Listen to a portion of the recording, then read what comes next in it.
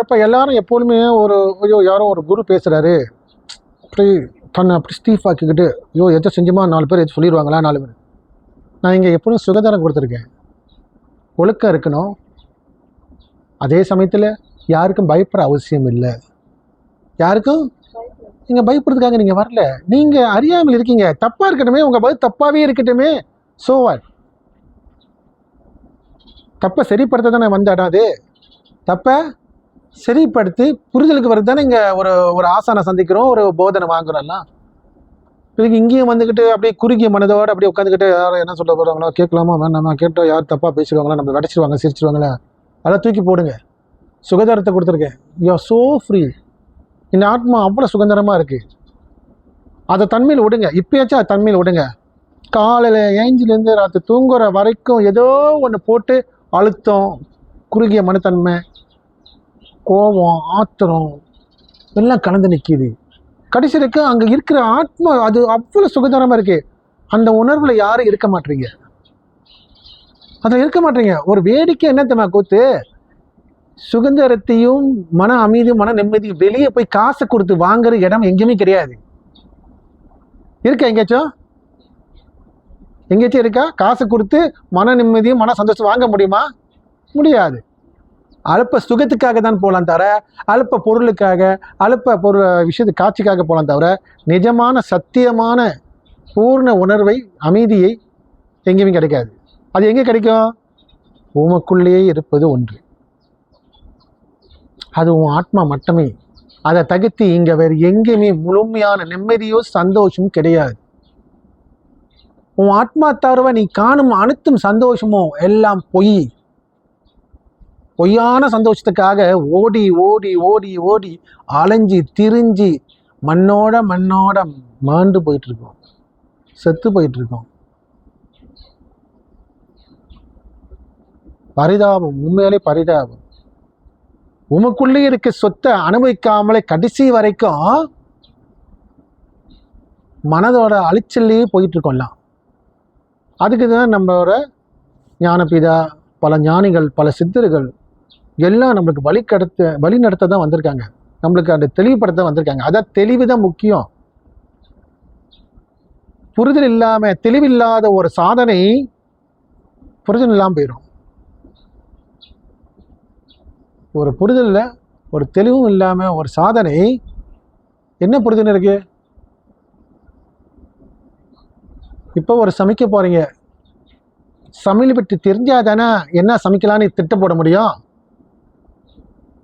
அடிப்படை சமையல் கலையை தெரிஞ்சாதானே நீங்கள் அடுத்து இன்றைக்கி என்ன சமைக்கலான்னு ஒரு திட்டம் போட முடியும், அது சமைச்சு கொடுக்க முடியும்.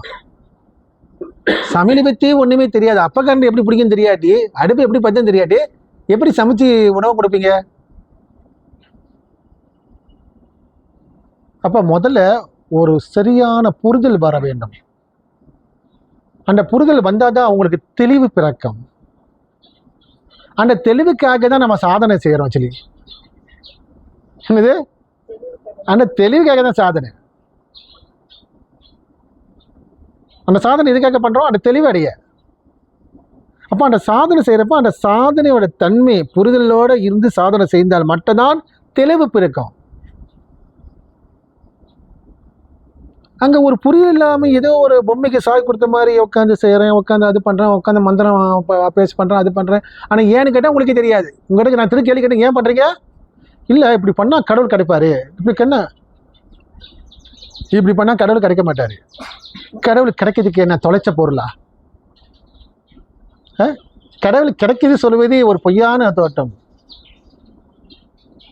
கடவுள் யார்? எங்க தனிப்பட்ட ஒரு மனிதனா எங்க காட்டில் தொலைச்சிட்டு தேடிட்டு இருக்கோம்? இல்லை, பரிபூர்ணமாக இருக்கிற அந்த பரம்பொருளை அது உன் ஆத்மா சொரூபமாகவே வெளிப்பட்டு இருக்கு உனக்குள்ளே. அதை நீ எங்கே போய் தேட போற? தேடுற வேலையே இல்லை. சரி, சொல்ல போனா தேடுற சொல்வதே தன்னை தானே ஏமாத்திட்டு இருக்கு. இன்னும் அறியாமல் இருக்கிறதான் பொருள். உனக்குள்ளே இருக்கிறே நீ அடையணும், நீ உணரணும். அதுக்கு எது தடையா இருக்கோ அந்த தடையை நீக்குங்க, அவ்வளவுதானே. அந்த தடையை நீக்க தான் இந்த குருமாரங்க வந்து போதனை கொடுக்குறாங்க, சொற்பொழி கொடுக்குறாங்க, அதுக்கப்புறம் சாதனை பயிற்சி கொடுக்குறாங்க. எதுக்கு இதெல்லாம்? தனியாக எங்கேயோ போய் கடவுள் தேடவோ, கடவுள் எங்கேயோ இருக்கிறாரு, எங்கேயோ ஒரு கற்பூரம் ஏற்றினா தான் கடவுள் வெளிப்படுவார், இது ஏற்றினா கடவுள் இல்லை. கடவுள் நிறைஞ்சி இருக்கிற பொருளை எங்கே எங்கே வெளிப்படுத்த போடு. நான் ஏற்கனவே சொன்ன மாதிரி தான், உனக்குள்ளேயே இருக்க இறைவனே நீ எங்கே போனாலும் உனக்குள்ளே தான் நீ பார்க்குற. ஆக்சுவலி ஒரு சந்தோஷமாக இருந்தாலும் சரி உனக்குள்ளே தான் உணர்ற. தனியாக வெளியிருந்து ஒரு உணர்வு வரல. நீ எந்த காட்சியை பார்த்தாலும் ஆனால் உணர்வு உனக்குள்ளே தானே வெளிப்படுது.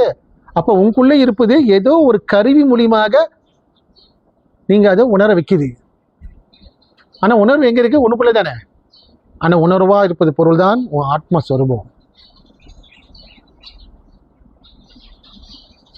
அதை உள் உணர்வுக்கு போனால் மட்டும்தான் நீ உணர முடியும். அந்த உள்ள உணர்வை அது வெளியே நீ சுற்றி இருக்கணும் தெரியாது. அதுக்கு தான் உங்களுக்கு ஒரு மந்திர தேய்ச்சியோ, ஒரு வாசி யோகமோ, ஒரு குண்டலினி யோகம், ஏதோ ஒரு பயிற்சி மூலியமாக உங்களை உங்கள் மேலே திருப்பத்துக்கு, உங்களுக்குள்ள திருப்பத்துக்காகவே பண்ண ஒரு தந்திர யோகங்கள், சாதனைகள். இல்லாட்டி என்ன கொஞ்ச நேரத்தில் வெளியே போவோம், கொஞ்ச நேரத்தில் வெளியே போவோம். நொடிக்கு நொடி ஒரு காட்சி முன்னுக்கு பார்த்துருக்கூட பார்வை அங்கே போயிடும். இங்கே என்ன நடக்க தெரியாது. உன்னை அறிவதற்காகவே இந்த தியான பயிற்சிகள் எல்லாமே. எந்த வழிமுறையும் தப்பு இல்லை. ஆக்சுவலி அவங்கவுங்க தகுதிக்கு ஏற்ற மாதிரி, அவங்கவுங்க அறிவின் பக்குவத்துக்கு ஏற்ற மாதிரி தான் அந்த பயிற்சிகள், அந்த வழிபாட்டு முறைகள். அதனால இது தவறு, அது சரி, இது தப்பு, அது சரி நம்ம சொல்றதுக்கு நமக்கு எந்த அருகதையும் இல்லை, உரிமையும் அல்ல. ஏன்னா ஒன்னாப்பு படிக்கிறவனுக்கு அவனுக்கு தகுதி அந்த மூளை, அந்த ஒன்னாப்பு சப்ஜெக்ட் தான் படிக்கிற உணர்வு தான் இருக்கு அவனுக்கு. ஆமாம் தானே? அவனை போய் டிகிரி டிப்ளமா பற்றி பேசினா அவனுக்கு புரியுமா? புரியாது. நீங்கள் டிப்ளமா படிச்சிங்க, உங்களுக்கு டிப்ளமா புரியுது, இப்போ டிகிரிக்கு போகலாம், உங்களுக்கு தகுதி இருக்குது. அவனோட தகுதி இப்போ அவனோட வயசுக்கும் அவனோட மூளையோட தகுதிக்கும் அவன் இப்போ ஒன்றா படிக்கணும். ஆனால் இங்கேருந்து போயிட்டு அந்த ஒன்னாப்புக்காரனை போய் தப்புன்னு சொல்கிறீங்களே, இந்த வழிபாடு தப்பு, எல்லாம் இதுதான் என்பது சொல்கிறீங்க, அது தவறுன்னு சொல்கிறேன். ரொம்ப பேருக்கு புரியல. அதை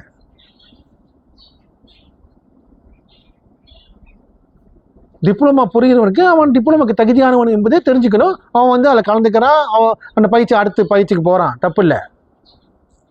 ஆனால் ஒன்றா பாடமே தெரியாதவனை போயிட்டு நீங்கள் போய் டிப்ளமா உட்கார வச்சு இல்லை இதெல்லாம் போய் இதுதான் உண்மை சொன்னால் அவன் என்ன, அவன் பைத்தியக்கு என்னதான் ஆவான்?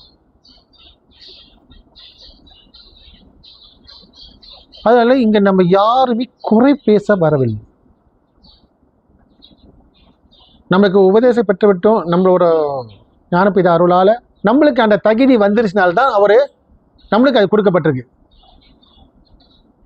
அதை சரி வர அதை படித்து அதில் எப்படி தேர்ச்சி அடைன்னு தானே பார்க்கணும், தவிர அதை விட்டு அவன் வழிபாட்டு தப்பு, இந்த வழிபாட்டு தப்பு, எந்த வழிபாட்டு தான் சரி, இதை சொல்ல நமக்கு வரல.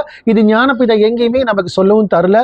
இல்லை எந்த ஞானிகளும் வள்ளலாராக இருந்தாலும் சரி, ரமணா மகரிஷியாக இருந்தாலும் சரி, எந்த யாரும் இப்படி சொல்ல வரல. நம்மளோட ஆணவ கர்வம் தான் திருப்பி என்ன செய்யறேன், தப்பு. பாதை கிடச்சிருச்சு, அந்த பாதையை பிடிச்சி மேலே ஏற விட்டுப்பட்டு அதை விட்டு பக்கத்தில் எவன் ஏறினானோ, எவன் ஏறலையோ, எவன் கீழே இருக்கனோ, இதெல்லாம் பார்த்துட்டு இருக்கோம். அப்போ நம்ம உருப்படியாக படிக்க முடியுமா? உருப்படியாக படிக்க முடியுமா? முடியாது. நீங்கள் படிக்கிறது உங்களை வச்சு, பக்கத்துக்காரன் படிக்க வரல.